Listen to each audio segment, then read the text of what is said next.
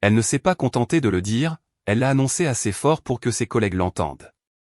Pour que le rire porte, pour que la piqûre se loge dans ma poitrine comme un éclat d'obus tranquillement niché. Ne sois pas collante. Les gens pourraient penser que nous sommes vraiment un couple. La phrase n'était pas une plaisanterie. C'était un scalpel glissé entre mes côtes pendant qu'elle souriait au traiteur et avançait comme si j'étais l'employé subalterne qui avait dépassé les bornes.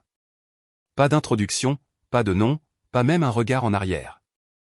Je suis resté là un instant, tenant toujours son sac allégé comme un stupide groom. Il y eut une pause dans ma poitrine, puis une petite expiration exercée. J'ai laissé le sac tomber doucement sur le chemin de gravier, j'ai marché dans la direction opposée, au-delà du Brasereau, le long du chemin de pierre bordé de buis excessivement sculpté, vers le lac. C'était un vaste domaine, plus de 40 hectares de biens immobiliers entretenus, le goût de la vieille fortune avec l'éclairage de la nouvelle fortune. J'avais déjà vu cela, trop de fois, en fait. La propriété appartenait à une filiale. Ils ont gardé le secret après la restructuration, mais j'ai reconnu la courbe de la haie et la pente de la pelouse arrière sur les photos aériennes lors de la vérification préalable. Tout ce qu'ils pensaient être à eux était bâti sur des poignées de main et des signatures que j'avais autrefois données sans demander de crédit. J'aimais ça comme ça. L'héritage n'avait pas besoin de plaque nominative, mais le manque de respect avait une odeur, et il la suivait comme un parfum trop cher. Je me tenais sous un chêne près du bord de l'eau, la regardant se mêler aux autres près du bar à champagne. Cette grâce fausse et sans effort, ce rire qu'elle utilisait quand elle voulait de l'attention sans engagement. Elle était dans son élément. Jeune, magnétique, dangereuse pour quiconque serait assez stupide pour penser qu'elle accordait de la valeur aux gens comme elle accordait de la valeur aux impressions. Puis je l'ai vu, son patron.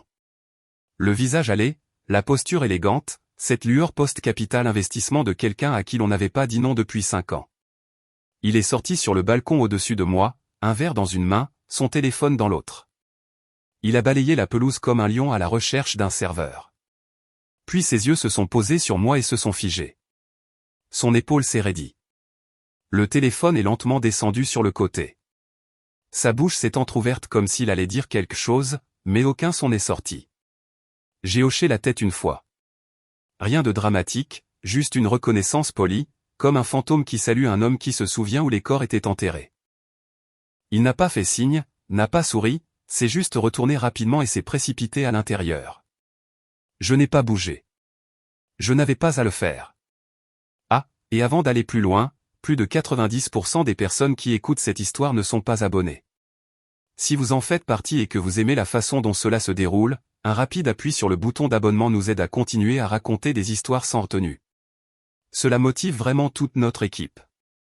Retour à l'histoire. J'ai contourné le domaine et me suis appuyé contre la clôture près de l'héliport. La brise était fraîche, un rappel que même dans l'opulence, la nature a son propre tempo.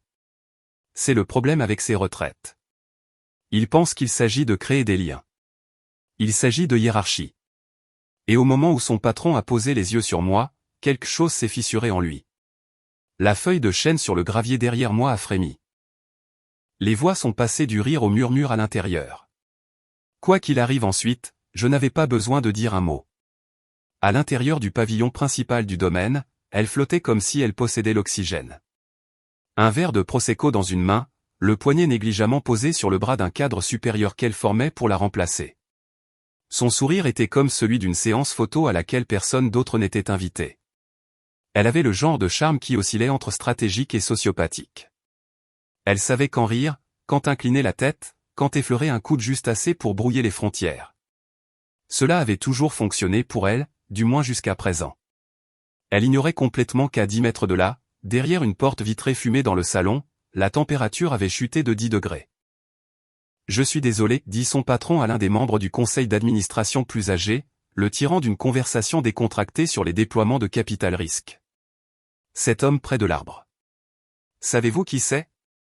Le membre du conseil, Jean-Pierre, costume gris, perpétuellement blasé, loucha à travers la fenêtre. Quel homme ? Celui-là. Appuyé contre la balustrade. Il était avec elle. Les yeux de Jean-Pierre se plissèrent. Il sortit son téléphone. Quelques tapotements, une pause, un souffle, un regard vers un autre homme assis près de la cheminée. L'autre homme se pencha en avant, fixa l'écran, puis moi. Son visage se vida si rapidement qu'on aurait dit que quelqu'un avait coupé le flux sanguin. « Vous êtes sûr que c'est lui ?» demanda-t-il. Le patron ne répondit pas. Il était trop occupé à me regarder à nouveau, comme quelqu'un qui venait de réaliser qu'il avait garé son yacht dans une nurserie à requins. Le problème n'était pas que j'étais là. Le problème était comment j'étais là, invisible, non annoncé, non reconnu, ne faisant pas partie de leur présentation de planification ou de leur liste d'invités, juste présent, silencieux, observant. Il n'est pas sur la liste des associés, murmura un autre membre du conseil, se joignant à la discussion qui se formait près du vestiaire. Il n'a pas été dans la presse depuis. Mon Dieu, quoi, 2014. Essayez jamais, ajouta quelqu'un d'autre. Il a disparu après le rachat d'Inside Tech. Il s'est retiré en plein milieu de l'accord, a refusé les actions, a dit qu'il en avait assez. Oui. Et 2 semaines plus tard, la commission de la concurrence a donné son feu vert à la fusion sans une seule enquête antitrust. Qui pensez-vous a graissé la patte? Dehors, j'ai légèrement changé de position. Rien de dramatique, juste assez pour laisser le vent traverser ma veste. Un vieux blouson qu'elle avait un jour moqué parce qu'il semblait trop bas de gamme. Je l'aimais. Il ne criait rien. Et les poches avaient une histoire. Elle l'a amené ici, marmonna le patron sous son souffle. Et l'a présenté comme ça. Il n'a même pas prononcé les mots. Mais il savait tout ce qu'il voulait dire, comme si j'étais insignifiant. L'idée n'était pas seulement offensante. Elle était terrifiante. Parce que si j'étais celui qu'il me soupçonnait d'être, et qu'elle avait l'audace de me traiter comme son jouet du week-end, alors elle était soit follement arrogante, soit dangereusement ignorante. Aucun de ces traits n'était vraiment bienvenu au conseil d'administration. Et pourtant, elle était là, riant près du buffet de charcuterie, prenant des selfies avec un directeur marketing, sans jamais se retourner pour voir la spirale de murmures grandissante, s'enroulant comme de la fumée derrière les portes de la bibliothèque. C'était comme regarder quelqu'un siroter du vin dans une pièce en feu, sans savoir que les murs commençaient déjà à fondre. Son assistante passa, lui offrant un ordre du jour imprimé pour la prochaine séance de stratégie du samedi matin. Elle roula des yeux, y jetant à peine un coup d'œil. « Je ne ferai pas cette présentation à moins que Jean-Luc ne m'aide avec les chiffres, dit-elle, faisant référence à un jeune vice-président qu'il adorait. Je suis ici pour réseauter, pas pour garder des feuilles de calcul. » Quelqu'un derrière le rideau a aussi entendu cela. Quelqu'un qui avait déjà commencé à parcourir les emails archivés, les anciens mémorandums d'accord, les initiales recoupées, les schémas qui correspondaient aux pseudonymes sur les contributions consultatives officieuses, le nom chuchoté plus tôt. Ce n'était pas un nom qui apparaissait sur LinkedIn. C'était le nom attaché à une fondation qui finançait discrètement le capital de démarrage d'une demi-douzaine de sociétés, dont celle dont ils occupaient le domaine en ce moment même. Et elle continuait à animer la salle comme une conférencière TEDx, brillante, sans effort, inconsciente. Mais son nom venait de commencer à glisser dans le registre de conformité mentale du conseil d'administration sous la rubrique « Échec de diligence raisonnable ». Et une fois que cette colonne commence à se remplir, aucun charme ne peut la vider. Lors du krach de 2008, alors que la plupart se débattaient pour se sortir de l'endettement et priaient pour que les banques ne serrent pas la corde, j'étais assis en face de 3 entreprises de logistique en difficulté. Chacune d'elles saignait de l'argent, du leadership et de la direction. Je ne leur ai pas offert une bouée de sauvetage. Je leur ai offert une structure, le silence, l'anonymat et une condition, pas de presse, pas de crédit et pas de bruit. Le genre d'accord où mon nom restait enfoui 6 niveaux plus bas dans la documentation interne, pseudonyme, sociétés écran, signature de tiers. Je n'étais pas intéressé par les transactions sous les feux de la rampe. J'étais intéressé par un levier qui pouvait attendre. La première entreprise, Transport Albergue, était un désordre, empêtré dans des contrats régionaux et des stratégies d'entreposage idiotes. J'ai fait le ménage, réorganisé leurs itinéraires et les ai intégrés à un groupe de holding anonyme. Des années plus tard, ce même groupe a discrètement acheté ce domaine dans le cadre d'une expansion de l'hospitalité exécutive. Elle avait vanté la destination de la retraite comme s'il s'agissait d'un secret de luxe. J'avais déjà les plans dans un vieux dossier d'archives. La deuxième entreprise, Transport Dominion, l'employeur actuel de son patron. Il avait autrefois proposé un pivot raté vers les services de dernier kilomètre avant que je ne corrige leur approche verticale et que j'amène 2 membres du conseil d'administration ayant des liens directs avec des conseillers en infrastructure fédérale. Il n'a jamais vu ma main, mais je me suis assuré que son bureau d'angle avait des murs renforcés car sans moi, il n'y aurait pas eu de bureau. La troisième, mon joyau de la couronne, contrôle l'un des portefeuilles de licence les plus discrètement agressifs au monde. Un seul algorithme de balayage propriétaire que nous avons obtenu en 2011 filtre maintenant à travers 3 réseaux douaniers mondiaux, 5 pipelines pharmaceutiques et 80% des registres d'importation maritime. Celui-là, je le garde particulièrement près de moi. C'est pourquoi les bonnes personnes acquiescent quand elles me voient et les mauvaises ne savent même jamais qu'elles ont perdu. Elle n'a jamais demandé. N'a jamais cherché à savoir pourquoi j'en savais trop sur la politique interne ou les tactiques de rédaction fantôme trimestrielle. N'a jamais remarqué quand je redirigeais son naïve présentation au conseil pour éviter une clause piège dans un protocole de conformité. Elle pensait que j'étais juste observateur, juste curieux. Elle a un jour plaisanté en disant que je dégageais des vibes de milliardaires contrefaits. J'ai fait semblant de ne pas y prêter attention, mais les gens à l'intérieur de cette maison, eux, savaient, ou plutôt se souvenaient. Jean-Pierre, le membre du conseil qui m'avait vu depuis la fenêtre plus tôt, examinait maintenant discrètement un tirage d'écran, non pas sur un téléphone, mais sur papier, sécurisé, hors ligne, remis dans un dossier par l'un des partenaires qui dirigeait autrefois les finances chez Hulbrook. Il ne dit pas grand-chose, se contenta de regarder le nom, le vrai, celui qui n'apparaît pas dans les dossiers de presse des entreprises, puis les murs du domaine. Je pensais qu'il était à la retraite, dit quelqu'un doucement. Jean-Pierre ne répondit pas, mais ses yeux se tournèrent vers la femme debout près du bar à vin, discutant maintenant gentiment avec l'organisateur de l'événement au sujet de la disposition des places pour le brunch du dimanche. Elle l'a amené ici, murmura-t-il.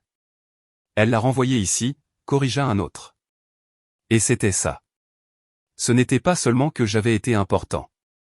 C'était que je le suis toujours, d'une manière qui ne dépend pas des titres LinkedIn ou des couvertures de magazines. L'influence n'est pas du bruit. C'est une infrastructure. Et quand vous êtes le pipeline, vous n'avez pas besoin de crier. Elle a passé des mois à essayer d'attirer leur attention. Présentation révisée, discours répété, images de marque peaufinées avec toute la saveur d'un camp d'entraînement de start-up NBA. J'avais tout vu. Zut, j'avais financé de meilleures choses. Et chaque fois qu'elle mentionnait vouloir se connecter plus profondément avec le conseil d'administration, je lui donnais de l'espace, la regardais essayer de transformer le charme en influence, la regardais simuler une fluidité dans une langue dont elle ignorait même la grammaire. Pendant ce temps, la pièce même où elle se tenait, le système d'éclairage avait été installé lors de la rénovation du domaine, que j'avais approuvé. Les contrats de mobilier, l'une de mes entreprises secondaires plus discrètes, récupérés avec des matériaux provenant des lignes de chemin de fer désaffectées que j'avais aidé à récupérer en 2010. Chaque recoin de cet endroit résonnait de rappels de décisions que j'avais prises. Elle ne pouvait pas encore l'entendre parce que l'arrogance est bruyante, mais l'héritage n'a pas besoin d'élever la voix. Ils disent que l'ego vous aveugle avant de vous noyer. Et elle dansait encore sur le rivage, complètement inconsciente que la marée avait tourné.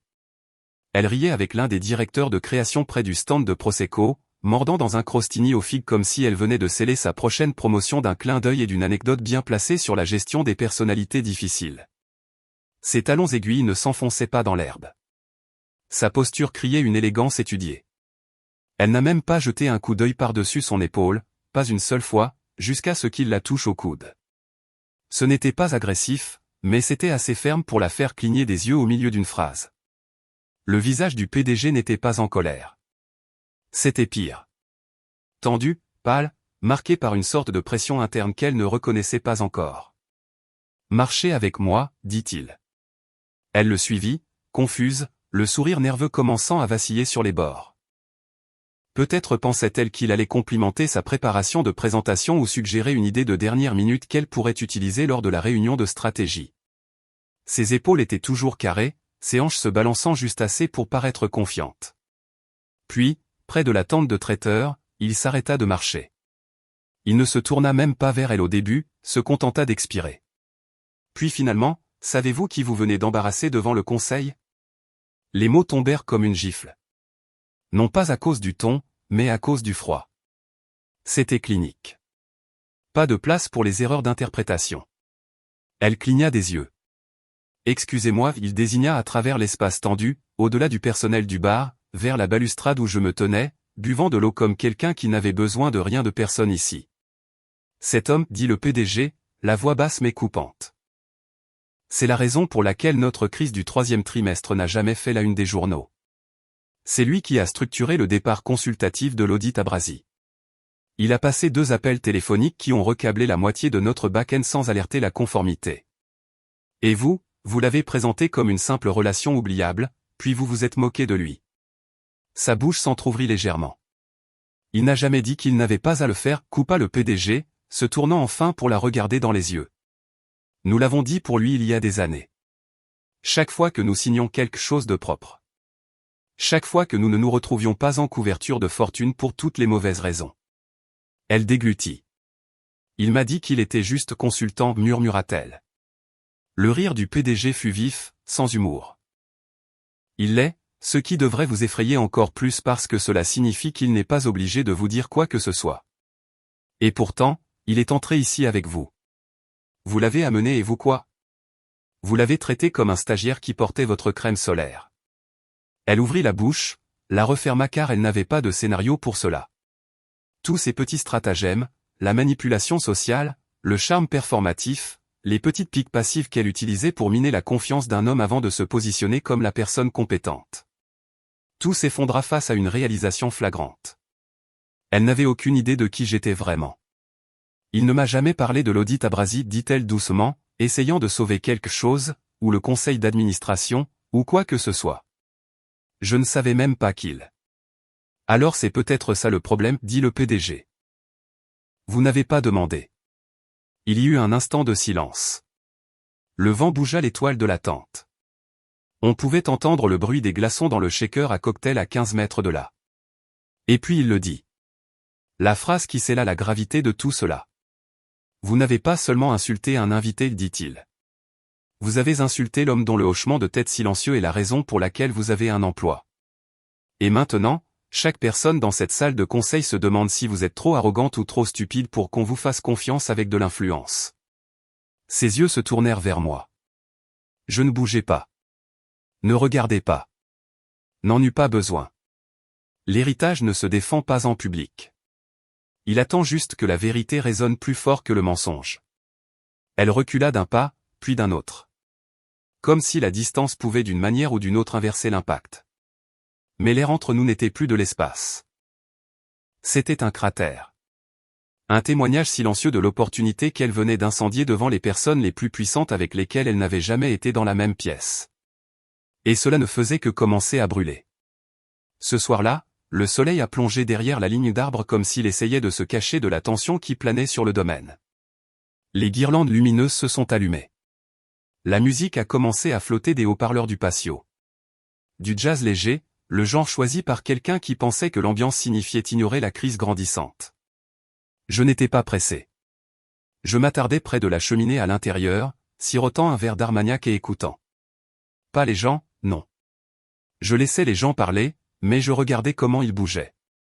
Qui a cessé de rire? Qui continuait à jeter des coups d'œil aux portes de la bibliothèque comme s'ils attendaient un tremblement de terre? Puis l'invitation est arrivée. Un discret hochement de tête de Jean-Pierre suivi d'un mot rapide au gestionnaire de l'événement. La phrase était simple mais lourde. Il est prêt maintenant. Ils m'ont conduit dans un court couloir, devant un tableau d'un cuirassé que j'avais autrefois aidé à empêcher d'être vendu aux enchères lors d'une fusion hostile. C'est amusant de voir comment ces lieux collectionnent des artefacts sans jamais apprendre les histoires qui les sous-tendent. La salle de conférence était chaude, lambrissée de noyer, faiblement éclairée, avec une odeur d'argent ancien dans l'air. La moitié du conseil était déjà là. L'autre moitié est entrée derrière moi, serrant des mains avec cette grâce prudente et exercée réservée à ceux qui connaissent la hiérarchie mais ne sont pas sûrs de ma place. Jean-Pierre s'est levé le premier. Cela fait des années, monsieur, dit-il, sans une once d'ironie dans sa voix. Je lui ai serré la main. Pas de sourire, juste de la reconnaissance. L'une des nouvelles membres du conseil, une femme qui a repris un siège d'un fonds spéculatif qui a avalé 3 divisions l'année dernière, a incliné la tête. Envisageriez-vous un rôle consultatif, a-t-elle demandé. Nous restructurons notre approche de l'intermodal. Votre perspicacité. J'ai levé une main doucement. Je suis juste ici pour le week-end. La salle a acquiescé. Pas une seule objection. Il savait exactement ce que cela signifiait. À l'extérieur de la salle de conférence, elle tournait en rond, essayant de reprendre pied. Elle a acculé le directeur de l'exploitation près du buffet d'amuse-gueule, un verre de rouge dans une main comme un accessoire dont elle ne savait que faire. Écoutez, commença-t-elle. Il y a une certaine confusion. Lui et moi, nous nous sommes fréquentés occasionnellement. Ce n'est pas comme si je savais. Il n'a jamais dit. Le directeur de l'exploitation la coupa, pliant sa serviette avec une patience méticuleuse. Puis il la regarda avec une expression qui aurait dû être encadrée et affichée dans tous les cours de MBA intitulée « Comment savoir que vous avez perdu ». Alors vous avez commis 2 erreurs graves, dit-il. Vous l'avez insulté, et vous n'en saviez pas plus. Sa bouche s'ouvrit, mais rien n'en sortit. Il continua, nous vérifions tout le monde, conseillers, vendeurs, même les traiteurs, et vous avez amené un homme qui pourrait entrer dans n'importe laquelle des salles de conférence de nos partenaires et vider la salle, et vous n'avez pas pensé à demander qui il était réellement. Elle tenta de rire. De dévier. D'accord, mais ce n'est pas vraiment juste. Il n'affiche pas vraiment ses qualifications. Il ne m'a même pas dit son nom de famille pendant des semaines. Ce n'est pas son travail, dit le directeur de l'exploitation d'un ton monocorde. C'était le vôtre de savoir qui vous traîniez dans notre cercle intime. Quand je suis repassé par le salon 1 heure plus tard, la musique avait changé, devenant plus sombre. Moins de saxophones, plus de cordes. La moitié du conseil d'administration avait disparu, retiré pour des appels tardifs ou des briefings privés. Elle se tenait près des portes du jardin, serrant son verre comme une bouée de sauvetage. Ses yeux me suivirent, puis s'éloignèrent au moment où je la regardais. Ce fut sa première décision intelligente de tout le week-end. Quelqu'un passa devant elle. Quelqu'un qu'elle avait courtisé pendant des mois. Ne s'arrêta pas, ne fit pas un signe de tête, juste passa. C'est à ce moment-là qu'elle sut. Elle n'était plus dans la pièce. D'aucune manière qui importait. Les conversations qui allaient définir l'avenir de cette entreprise pour l'année prochaine ne se déroulaient pas autour de cocktails. Elles se déroulaient derrière des portes vitrées dont elle n'avait plus la clé. Et pour la première fois depuis que je la connaissais, elle semblait vraiment seule. Pas le genre de solitude je suis juste indépendante qu'elle aimait se donner comme image. Le vrai genre. Celui qui vient après avoir réalisé que chaque échelle que vous avez gravie a été construite par quelqu'un que vous n'avez jamais pris la peine de remercier. Et une par une, les échelons disparaissaient. Le lendemain matin, le jour se leva comme n'importe quel autre dans un domaine comme celui-ci. Drap frais, trop cher et l'odeur de café assez fort pour faire semblant que personne n'avait la gueule de bois. Mais sous le vernis d'une autre journée de retraite productive, flottait l'odeur de quelque chose d'autre, le remaniement. Le programme officiel était affiché dans le hall principal. Panel de stratégie, brunch exécutif, un atelier de marque à midi. Elle était prévue à 9h30, un créneau de choix juste après les remarques du PDG sur la vision. Elle en avait fanfaronné 2 soirs auparavant, l'appelant un signe de confiance croissante. Seulement, la pièce ne sentait plus la confiance. À 8h, j'étais assis sur la terrasse avec un cappuccino quand l'un des membres du conseil s'approcha prudemment, presque comme s'il ne voulait pas admettre qu'il avait besoin d'aide. Nous avons un problème, dit-il, faisant glisser un mince dossier sur la table. L'acquisition de Valker Frecht est bloquée. Les régulateurs chinois sont sur le coup. Nous brûlons notre bonne volonté et les modèles internes sont nuls. J'ai parcouru 3 pages, puis j'ai pointé une seule ligne. Ceci, dis-je, inversez-le. Vous anticipez les hypothèses de marché au lieu de laisser la tendance de la performance dicter le positionnement. Inversé, mené avec les données, pas l'ambition. Il ne s'est même pas assis, a juste hoché la tête, a saisi le dossier et est parti comme s'il tenait une grenade dégoupillée que quelqu'un lui avait enfin montré comment désamorcer. À 8h45, 2 autres membres du conseil trouvèrent des raisons de passer coïncidemment près du patio. L'un laissa tomber un nom, l'autre laissa tomber un dossier. À 9h10, le PDG lui-même sortit, me serra la main à nouveau, ne dit pas grand-chose, mais il n'en avait pas besoin. C'est le luxe de l'héritage. Le silence est un langage. À l'intérieur, elle se préparait seule. Son patron, délibérément absent. Elle demanda à l'assistante s'il la rejoindrait. La réponse, il a été convoqué pour un briefing séparé. Ce briefing n'existait pas. Il ne voulait juste pas qu'il soit à ses côtés quand elle échouerait. Quand elle entra dans la pièce pour sa session, il y avait moins de sourires que d'habitude, moins de contact visuel, moins de cette énergie polie que les cadres utilisaient pour flatter avant de regarder quelqu'un échouer. Elle se tenait derrière le pupitre, son ordinateur portable ouvert, ses ongles tapotant contre la coque alors qu'elle attendait que le projecteur s'allume. Les lumières s'éteignirent. Diapositive 1, métrique de part de marché. Diapositive 2, modèle de prévision. Diapositive 3, divulgation de risque. Et puis, avant même qu'elle ne puisse expliquer la carte thermique, Jean-Pierre se leva. Nous examinerons cela plus tard, dit-il sèchement, sans même la regarder. Nous avons d'autres priorités ce matin. Elle se figea. On pouvait entendre le ventilateur de son ordinateur portable tourner. Ce petit bourdonnement désespéré d'une machine essayant de ne pas surchauffer.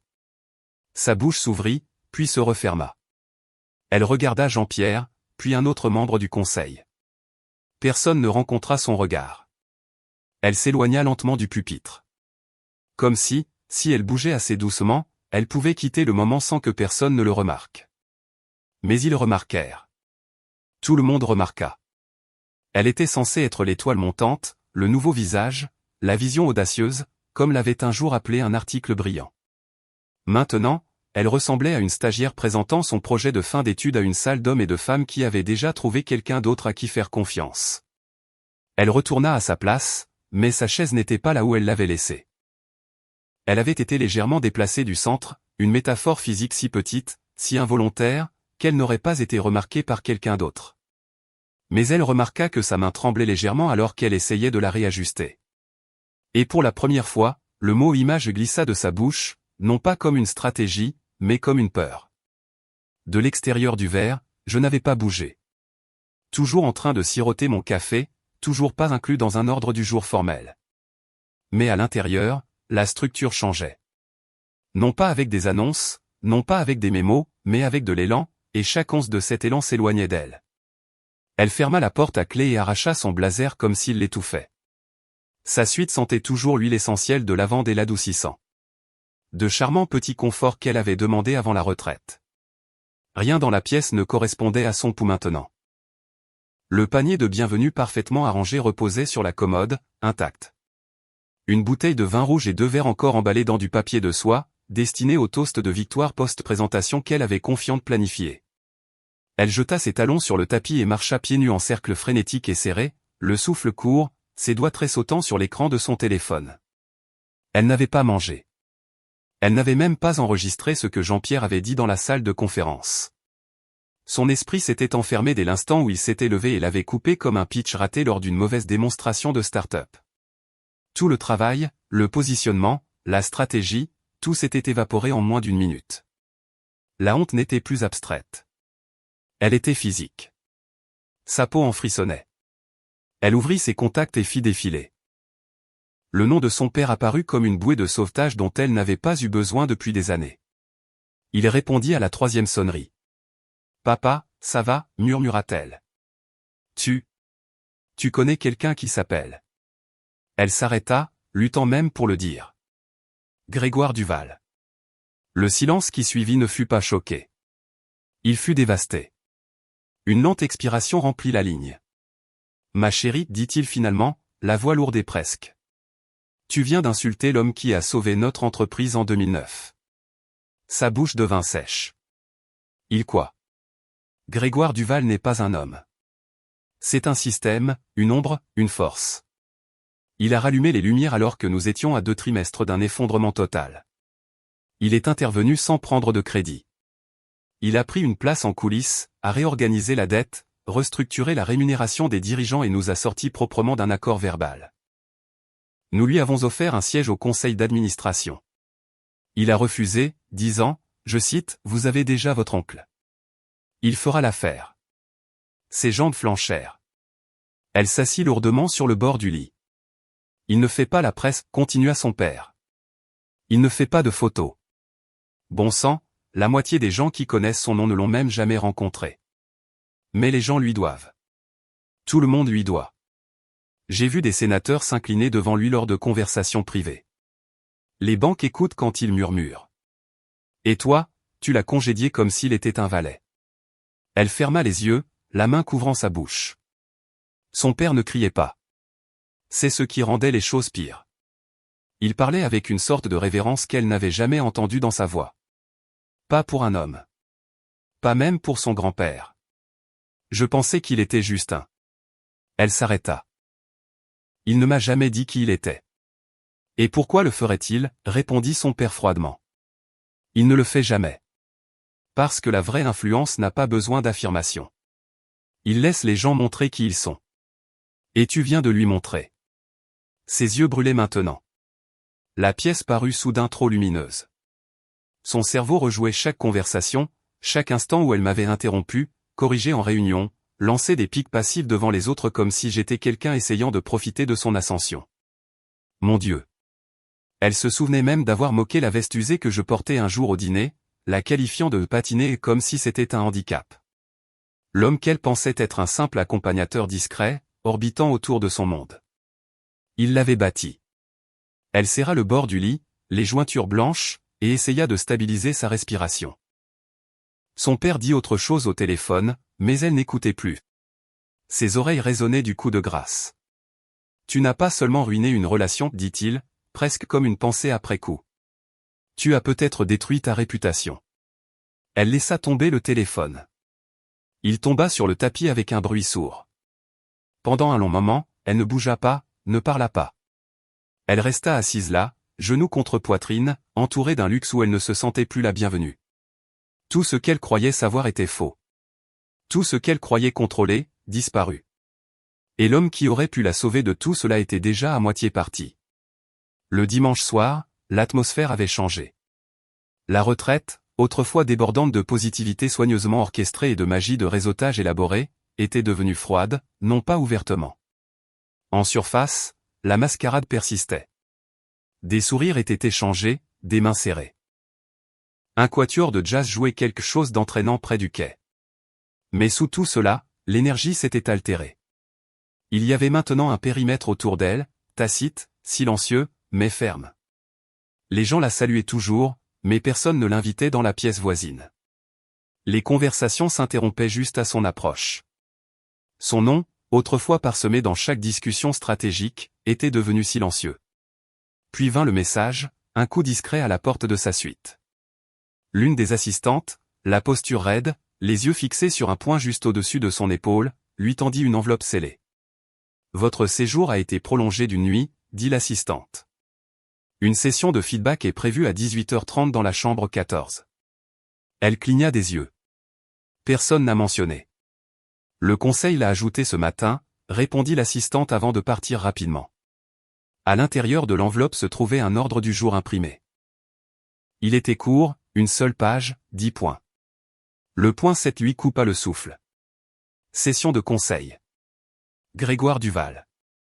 Les lettres semblaient avoir été gravées dans la pierre. Il n'y avait aucun contexte, aucune explication, juste un nom qu'elle ne pouvait plus regarder sans se sentir mal. Elle s'habilla en silence. Un chemisier bleu marine, pas de bijoux, des talons bas, le genre de tenue qu'elle portait lorsqu'elle savait qu'elle parlerait devant des personnes importantes. Seulement cette fois, personne ne lui avait demandé de parler. Quand elle arriva, le couloir devant la chambre 14 était presque vide. Les fenêtres étaient sombres avec le reflet des guirlandes lumineuses qui se balançaient sous l'auvent extérieur. Elle s'assit sur l'une des chaises à dossier ou en face de la porte, les jambes croisées, tenant l'ordre du jour imprimé comme s'il pouvait lui offrir une protection. À 18h31, la porte s'ouvrit. Le PDG sortit. Il ne sourit pas, ne lui demanda pas comment elle allait, lui tendit juste une deuxième feuille de papier, plus courte. Avant de commencer, dit-il sèchement. Examinez ceci. Il expose les préoccupations soulevées pendant le week-end. Elle le parcourut rapidement. Des puces, de l'ambiguïté, des termes comme erreur de jugement, fausse déclaration, risque de réputation. Sa gorge se serra. Elle leva les yeux. Personne ne m'a dit que cela se passait. Il rencontra enfin son regard et dit, c'est précisément le problème. Puis il se retourna et rentra dans la pièce, laissant la porte légèrement entr'ouverte, juste assez pour qu'elle entende des voix chuchotées, mais pas assez pour faire partie de la conversation.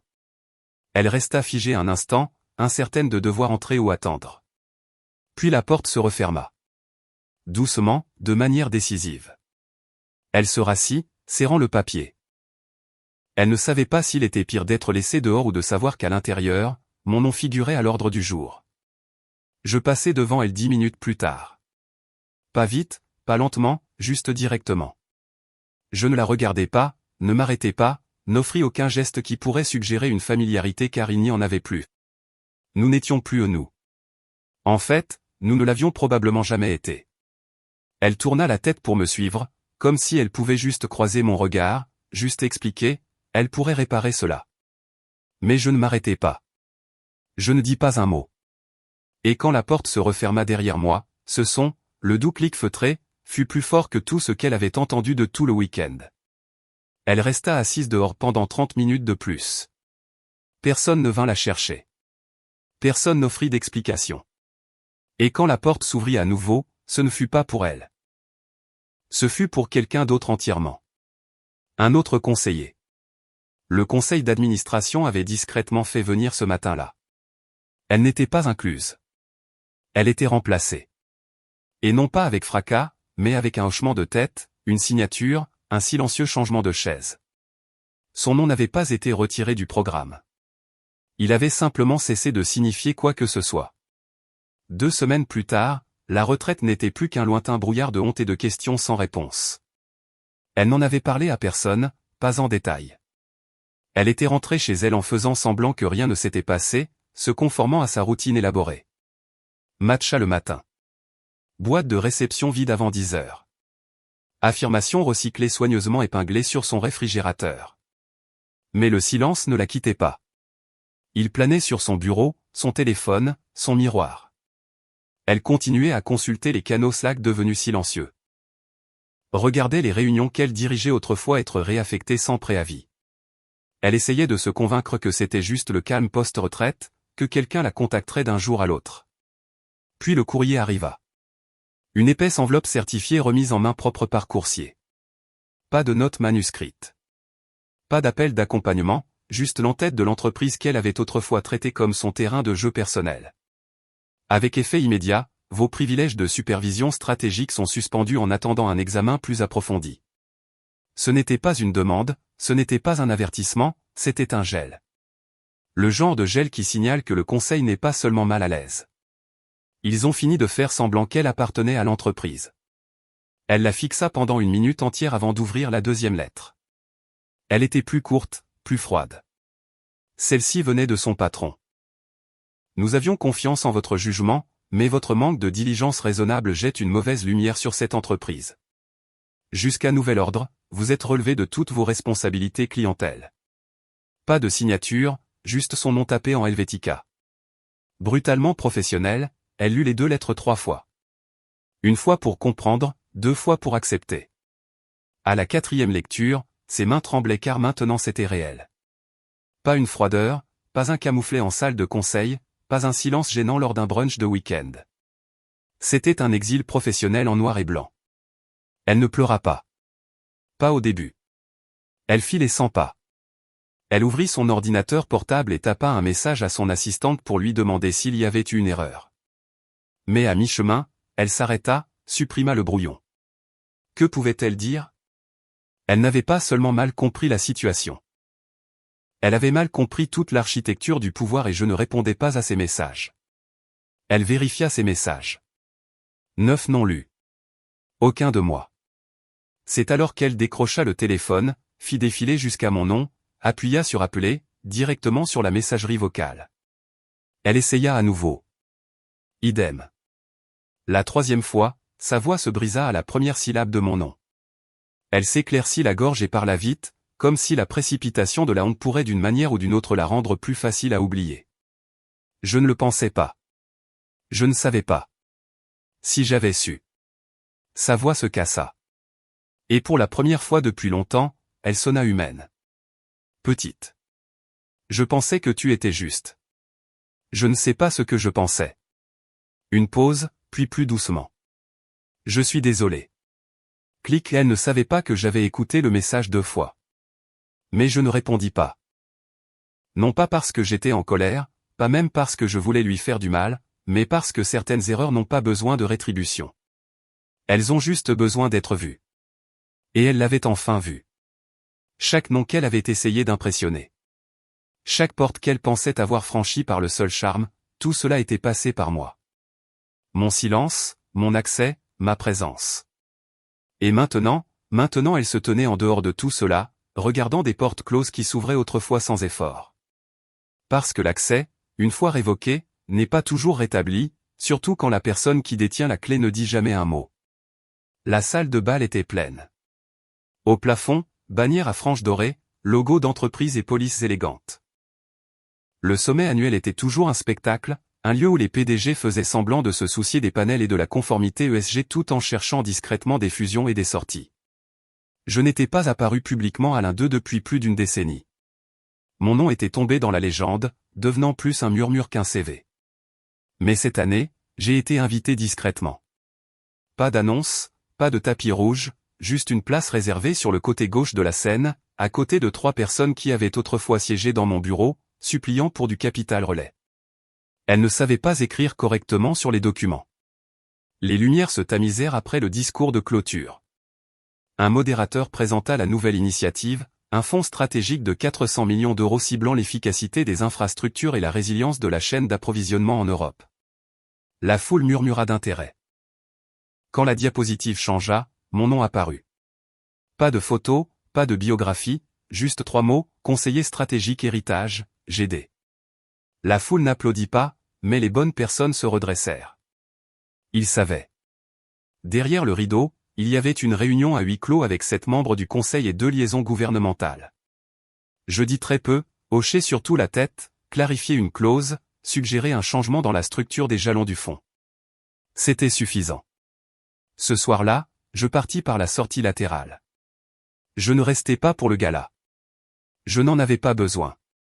La photo de presse fit le tour le matin. J'étais là, dans le coin de la scène, les bras croisés, écoutant le dernier orateur.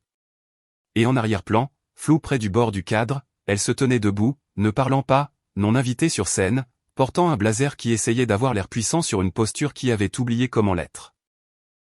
Elle n'était pas mentionnée dans le communiqué, n'était citée dans aucun résumé. Personne ne mentionna son nom. Elle était simplement présente, comme un papier peint. Cette nuit-là, le message arriva. Court, tardif, tapé comme une confession sans ponctuation. Pourquoi tu ne m'as pas prévenu ? Je le fixai un instant. Il n'y avait pas de rage en moi, pas de fierté, juste une vérité sourde et tranquille qui attendait d'être dite depuis le tout début. Je répondis, tu t'es prévenu toi-même. Tu n'as juste pas écouté. Et puis j'éteignis le téléphone, non par cruauté, mais par paix. Il n'y avait plus rien à expliquer. Aucune vengeance tramée, aucun plan exécuté. Sa chute avait été son propre dessein, construite lentement, négligemment, à partir de l'ego et de la supposition. Tout ce que j'ai jamais fait, c'est rester immobile assez longtemps pour que la vérité fasse ce qu'elle fait toujours. Raisonner plus fort que le mensonge.